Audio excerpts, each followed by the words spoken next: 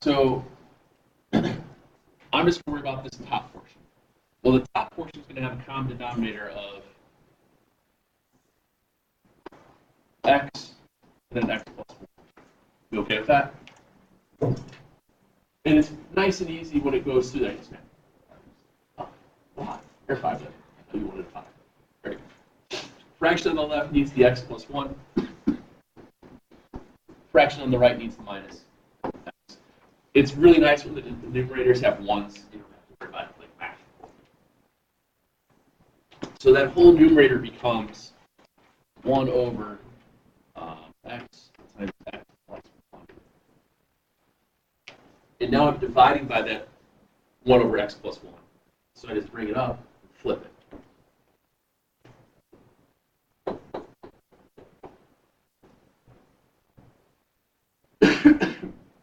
Now we get to do. I'm sorry, I'm struggling with my none on this today. And that has to equal 2. Oh no. Fraction equals a number. What do I do? Change out. Remember that? Last week we did that sine 34 was 6 over x. We changed out on the denominator across the diagonal like that. Lo and behold, there's the example of why I was showing you that. 1/2 is x. I know. Now, obviously, complex fractions take a little bit more time to work with. And if you think about it, if you're going to take a final and a question like that happens to be on there, you have multiple choice, wouldn't you? Would you waste your time trying to solve and simplify that if you have multiple choice? No, that would be a waste of time. I would plug and chug. I would put in values of x and see which one works. All right, yes, ma'am. No. I told you guys that. Yeah. No, I told you. There's your problem. So now there's another nice little trick you can do. You happen to have something next to you that you may or may not be able to press a couple of buttons to see how things work. For example, you take your calculator out. Let's put in a complex fraction.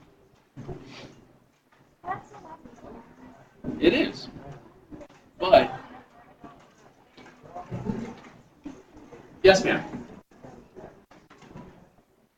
On which one?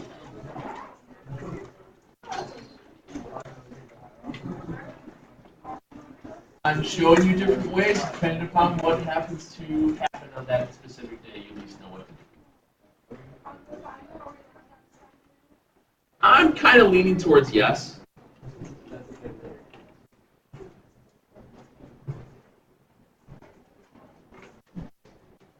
Excuse me.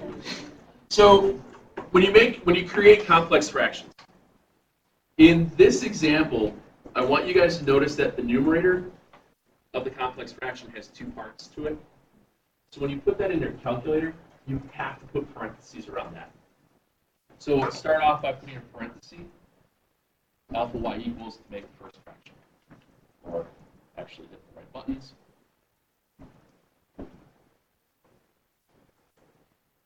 Okay. And that first fraction, excuse me, how are you, sir? Well, here's your exit stage left, or get out of jail free card. And this one here was what, 1 over x is the first one? Yeah. I don't know. And then subtract, do another alpha y equals. And it was x over x plus 1. Okay. Close the parenthesis. And you need to. Do you have any parentheses? I don't. It's 1 over x. Oh, thank you.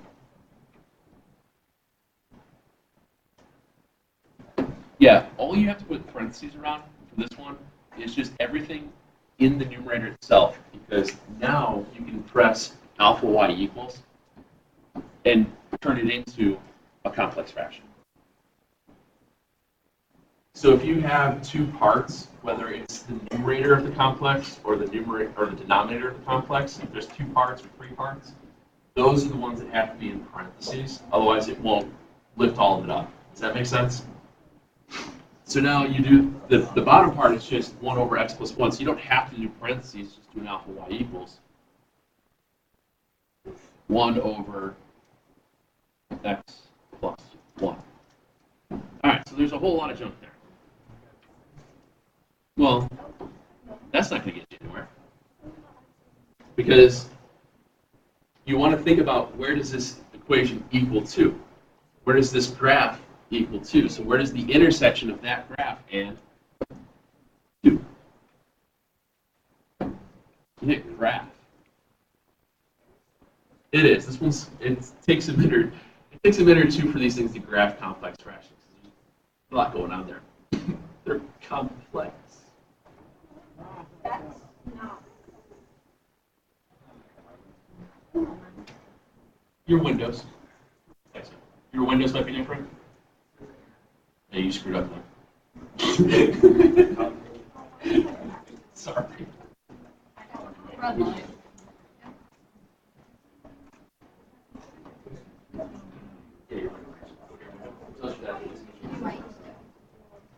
Oh, that's fine. There we go.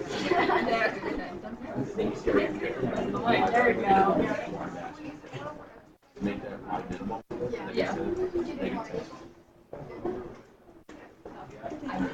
It's a little longer.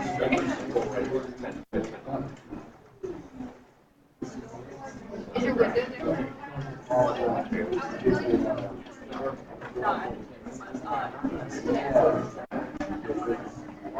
No, it's double.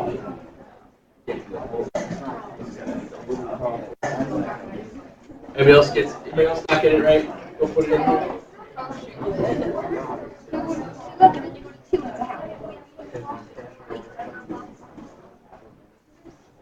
Oh, you're winning. Yeah, I'm gonna go.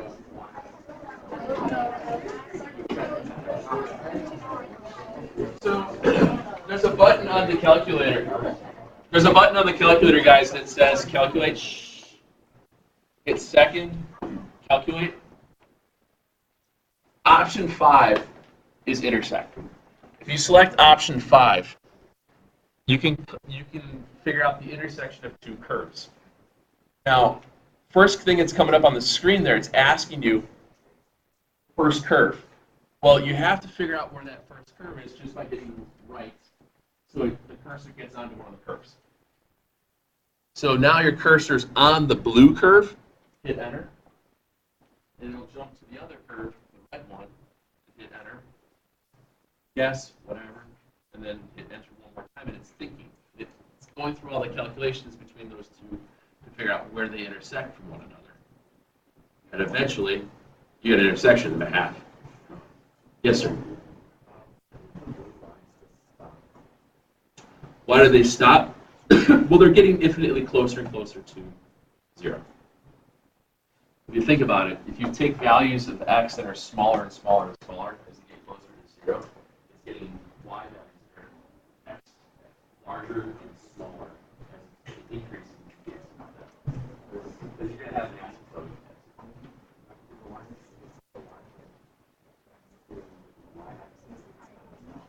Because it's getting closer. It's just, if you change your window on it, probably She has a classroom. Where it's the same idea that we talked about linear equations. Remember I wanted to solve linear equations? So if you had it, there was a selection. It's your explanation. Like what? Because what you're trying to do here, what you're thinking, if you really go back to what this is, you've got your two functions. You get your y equals this jump and y equals 2. Where do they hit? Where's their intersection? What do they have in common? When x is a half, it equals 2. That's what you're doing. Okay. So what I want to do real quick is just show you another quick example.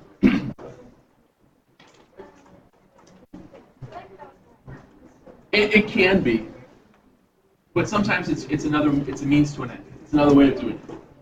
Let's say you like forgot how to do everything. Yeah. So if you go back through it,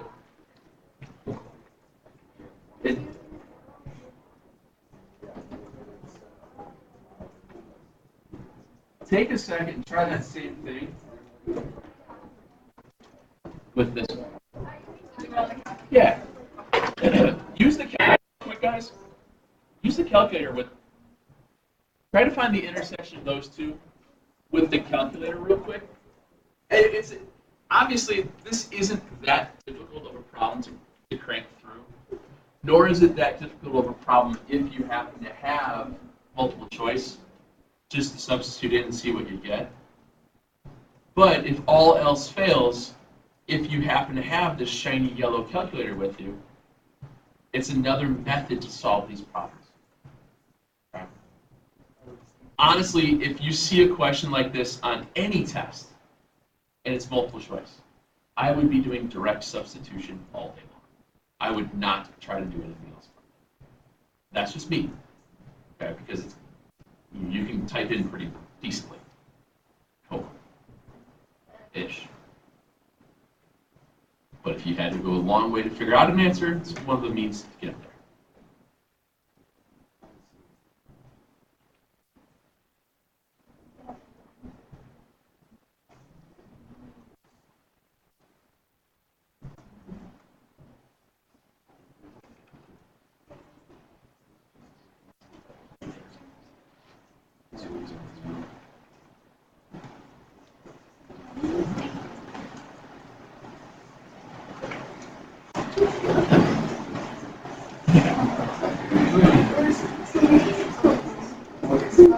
I think I just did it in my head.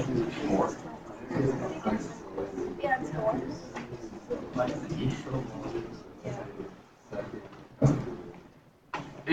I mean, if you think about it, there's a lot of math going on with that.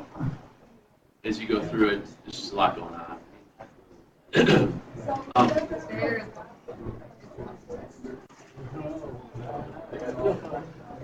Now, as you go into these, it's when you put that into the calculator, hopefully when you do your intersection, you guys all get 4.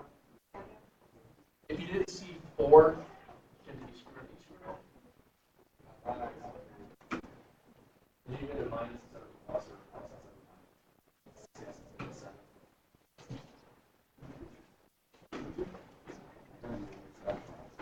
Yeah.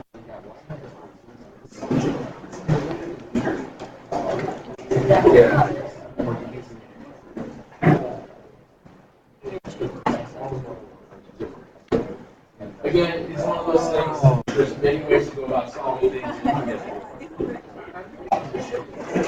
Nice save. Which reminds me, one of the things that we will be talking about. What did I do? Oh, I didn't know if you needed help. All right. Which reminds me. Waiting. What?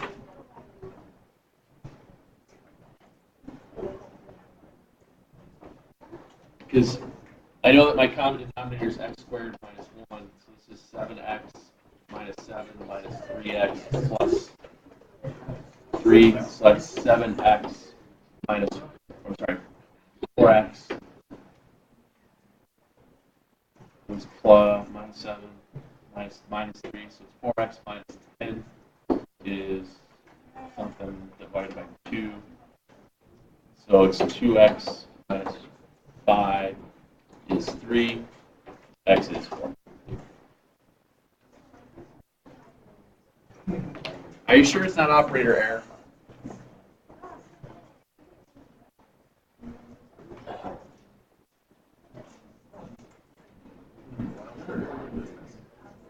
Were you just writing this? But I'm gonna put Well,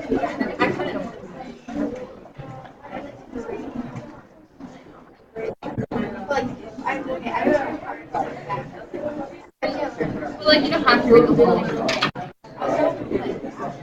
It's just nice to have.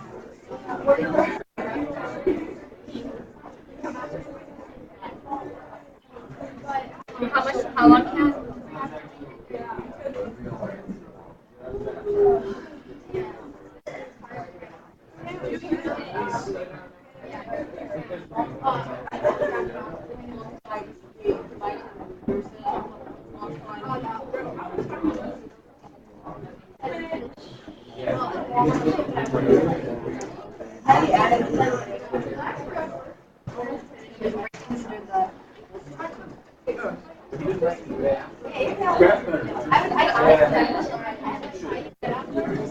And speaking of graphing, guess what's on the test coming up on Wednesday? Graphing. So let's review some graphing stuff. What I wanted to do today is I know that we probably could have squeezed the test into tomorrow, but after the weekend and not knowing how far you guys would have gotten through with the equation stuff, I didn't think it was the end of the world if we just go on Wednesday. So we're still going to test on Wednesday over the chapter 9 stuff. Today what I want to kind of run through, it shouldn't take too long, 10, 15 minutes worth of graphing review. But I assigned you guys some graphs for tonight so we can go over those in class tomorrow. And then I think running through the rest of it's going to be pretty easy with, simplifying, adding, subtracting, multiplying, dividing, all that stuff. There's not much craziness there. Solving equations and whatnot. So we'll get all that, and then on Wednesday we'll take our test. That gives us Thursday, Friday, Tuesday to kind of run through as fast as possible everything that we forgot. Shouldn't be that bad. What I'm hoping to be able to do, I know you guys, I've already got you guys that one packet of review problem stuff. I'll get you another copy of that Wednesday for like another set of problems, so we'll be able to go through as much of it as humanly possible. And then I'll have some other like PDF files. I'll post a bunch of a string of PDF files on the calendar, like the chapter reviews of all the stuff that we've done, so you have an idea of where specific pages are. Oh, I know. One of the things that I wanted to show you guys that we ran out of time last week was, if you go back on our website, if we're at the actual website itself,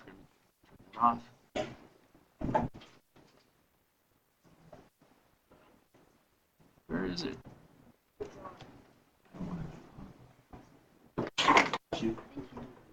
So if I go back to our regular old boring website, and one of the things that we have on here, as far as the tabs are concerned, I don't know if you guys have noticed this. It says Old Algebra 2 book. You guys remember that one?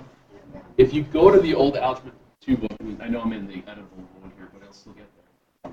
It'll get you to the old website. And the old website has all the PDFs at one spot. So you don't have to go back and forth to different things in the calendar. So if you went through there, Powerball Simulator doesn't work anymore, I'm sorry, but it was awesome. If you went back there and you wanted to look at, what do we do in Chapter 4? Well, we didn't do Chapter 4, so don't look at Chapter 4. So if you want to go and look at like what we did in Chapter 3, that's where we did some of that linear programming stuff and whatnot. It'll pull up the actual chapter itself, and each PDF file for the whole chapter is on one page. So it's an easier way to get back and forth through it. I don't think we ever really walked through that together. So that's where you would find extra sections and stuff like that. It's the easiest place I can think of. But what I'll do also is, you know how we use like chapter reviews sometimes and chapter tests are in there? I'll put on one of our calendar days, maybe Wednesday's calendar day, or no, because that's a test. I'll do that for Thursday's calendar. I'll have a link, you know how we do all the links for all the PDF files? I'll put a link there on the Thursday one of all the different chapter review sections that we have. So it'll be in one spot on the calendar. Does that make sense? Or I might just email it to you too, but you have to check your email. I didn't know if you guys ever did that or went through there before, but it's there. Anyway, graphing. A long time ago, at the beginning of this chapter, we graphed. I know, and that's why yeah, we had all that graphing stuff. So we had two forms of graphing in section 9.2 and section 9.3. Those were the graphing. And in 9.2, we had the ones where we had y equals a x minus h plus k. And then the other one was y equals a x plus c over bx plus d. We had those two forms of graphs of rational expressions. When we went through those, we were able to label a whole bunch of parts. We were able to do x-intercepts, y-intercepts, horizontal asymptotes, vertical asymptotes, and then later on we talked about slant asymptotes. So with these first two, they were only going to be finding you guys a few things. For example, on this first one, you have zeros. So there's no x-intercept. There's no x-intercept for that one because of the excuse me, your a value. Your a value. Oh man, I don't wish the crud on any of you.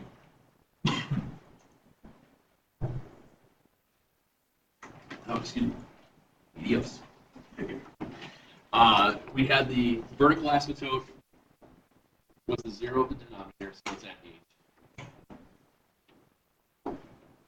Oops. The k value was your horizontal. Your y-intercept was when x equals 0. And we were able to do stuff like that. It wasn't very crazy. It was pretty quick and painless. If you guys had to graph those, you wound up using just some points on either side of asymptotes.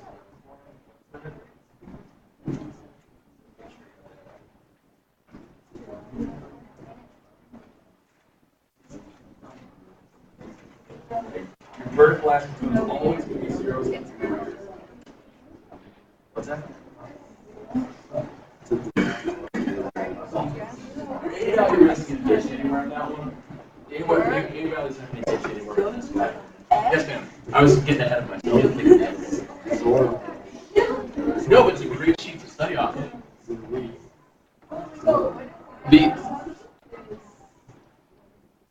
The y-intercepts whenever x equals 0. I'm going to put up, I've got a couple examples I'll show you, just kind of walk you through it.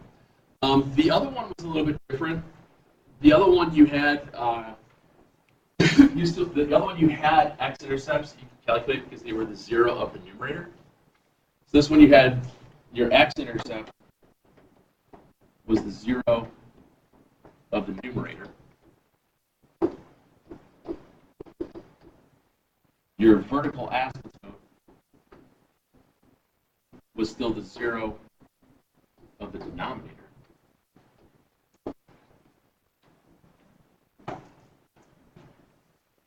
That second one had a horizontal asymptote. The horizontal asymptote of that one, remember how when we went into 9.3, we had that sheet of paper that had all the different cases? This one, they have the same degree. They're linear on this one, which meant that your horizontal asymptote was always the lead term coefficients. So your horizontal asymptote was going to be at y equals a over b. Oops. Okay. And the same thing when you want to figure out what your x-intercept is. Your x-intercept, your y-intercept. Excuse me, I was thinking x equals 0. Your y-intercept then would always be at the fraction of c over d. And those could be 0 and 1. After we did that one, that's when we went into that half sheet. You guys remember that little half sheet that we had? When you had that polynomial, it just looked awful. It was polynomial over polynomial. When we had polynomial over polynomial,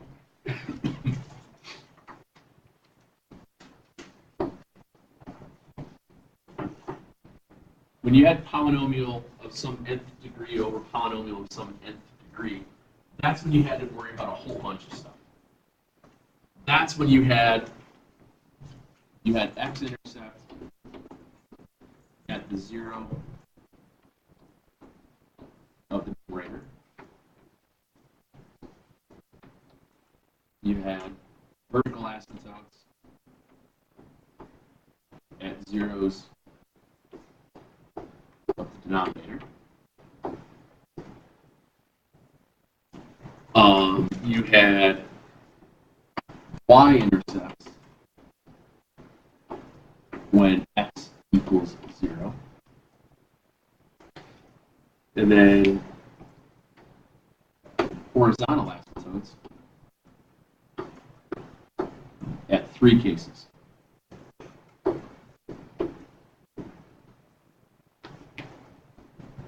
We had numerator is greater than the denominator, numerator was equal to the denominator, or numerator was less than the denominator for the degrees. So it always depends on degree.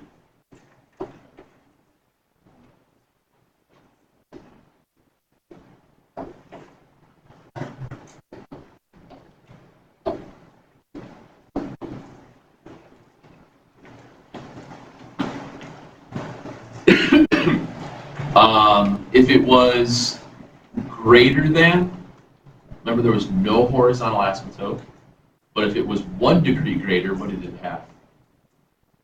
It had slant. Okay? So this would be no, but if 1 degree more, long division, or slant.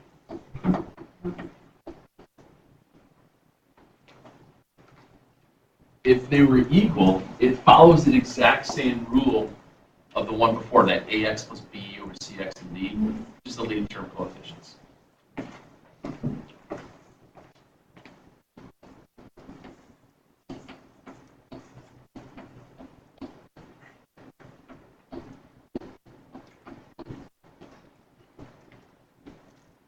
And I think the last one was at, if it was less, it was at 0. Double check me out. I think I'm right. I think it's just written backwards on your sheet. I think it starts with less than.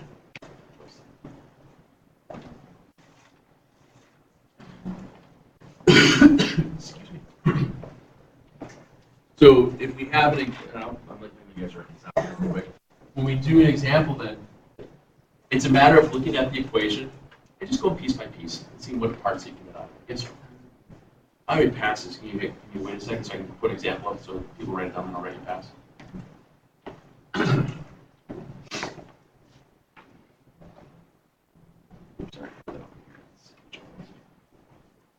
So if I'm looking at one like this.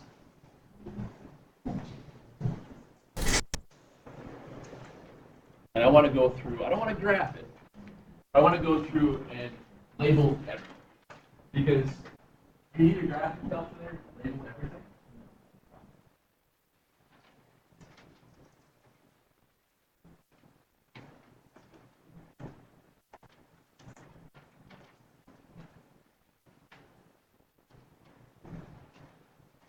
So if I do that,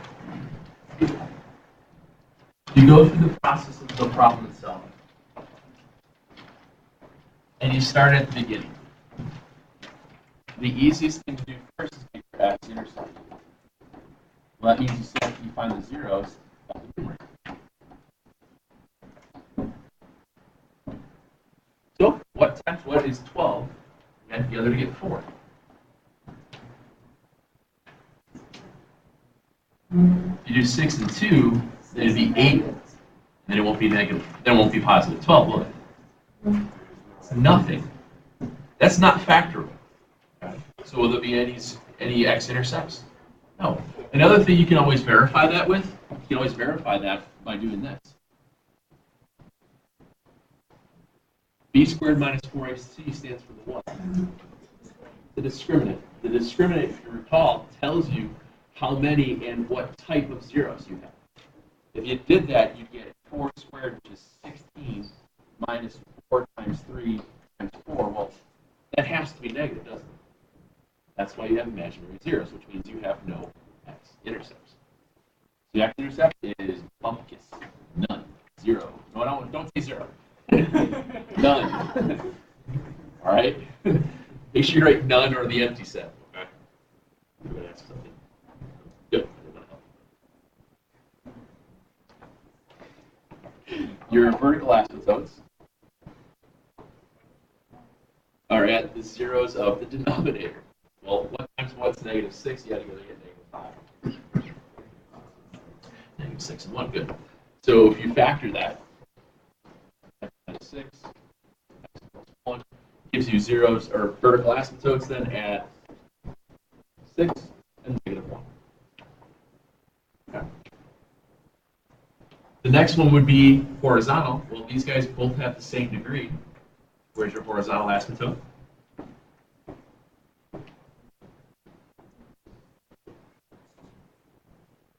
The degrees are the same, so it's going to be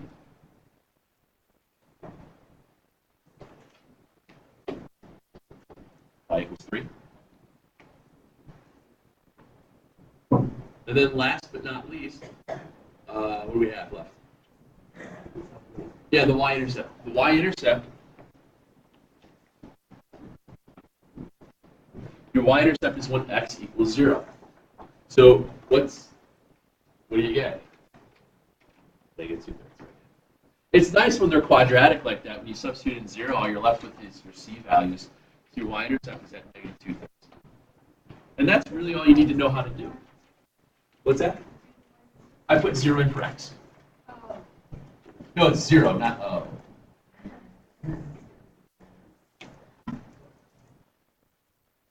Walks like a nut. Did you guys see the video of the iguanas? I sent you guys. I'm sorry, that was so funny. Did you watch it?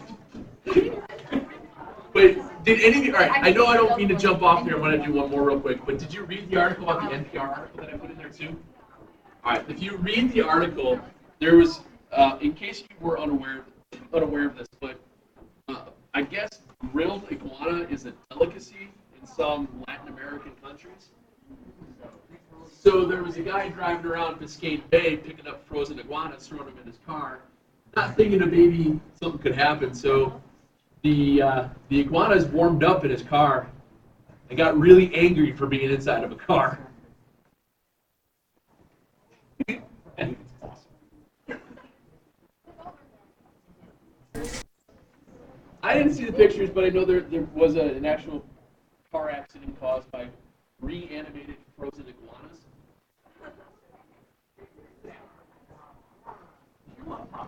Want pasta?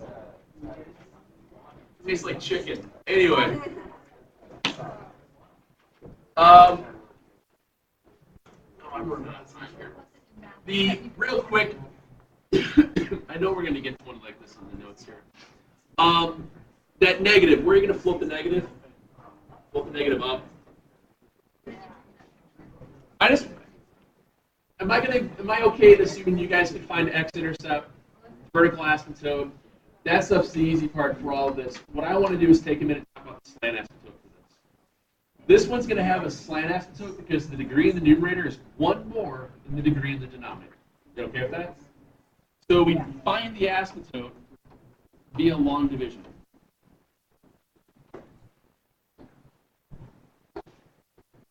And I wanted to remind you guys of how do you change a 2 into a negative 3? What we need to do is we have to use fractions. Now the trick was, you're always going to use the number that you want it to turn into as the numerator over the number that it's outside as the denominator. So what do you multiply a 2 by to turn it into a negative 3? Negative 3 over 2. Because if you put, then your denominators will drop. So you get a negative 3 halves x, multiply that out, so you get negative 3x squared, then it becomes minus 9x. Subtract, you get 9x plus 0. What do you multiply a 2 by to turn it into a 9? I got 9 because 3 times 6 is 18, 5. It's negative. That's what you were trying to figure out there, weren't you? Okay.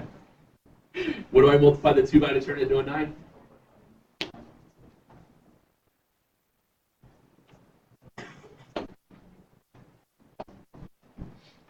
Do I need to worry about the rest of the problem? I don't, because there's my equation of the good old-fashioned slant asymptote. Excuse me, as we go through. I posted a PDF earlier today of the chapter review of this. I think the very last page of it is what they call the chapter test of this unit. And it was here. And I think I said overall we're going to do questions 8 through 29. But I'd like you guys to get the graphing stuff for tomorrow. Well, when you do the graphing stuff, just label everything. I don't want a graph. I want to know where everything is. Where's your asymptote? Where's your zeros? What's that? Yeah, I want you guys to get the graphing portion done. If you've got time, you want to get ahead of the other parts. If you're going to have extra questions on it, that's fine as well. But I've got these we're going to go over tomorrow, as well as I'll have some other examples, a little more complicated ones here and there as well. That's good. I don't know. You can find parts, can't you? Sir. I can't hear you. What? All right. You got a question? Oh, it's in the very last part. It's on the PDF file. It's the last page of the PDF. So it's like 579.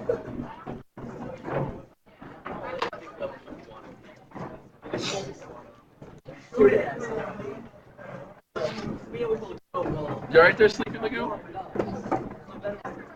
What's up? You probably don't. Yeah, right ahead. I mean, even if you got to find zeros and stuff like that, you should be able to figure out that even if you have to use your phone for a quick math. I don't think there's anything on there that you have to really worry about.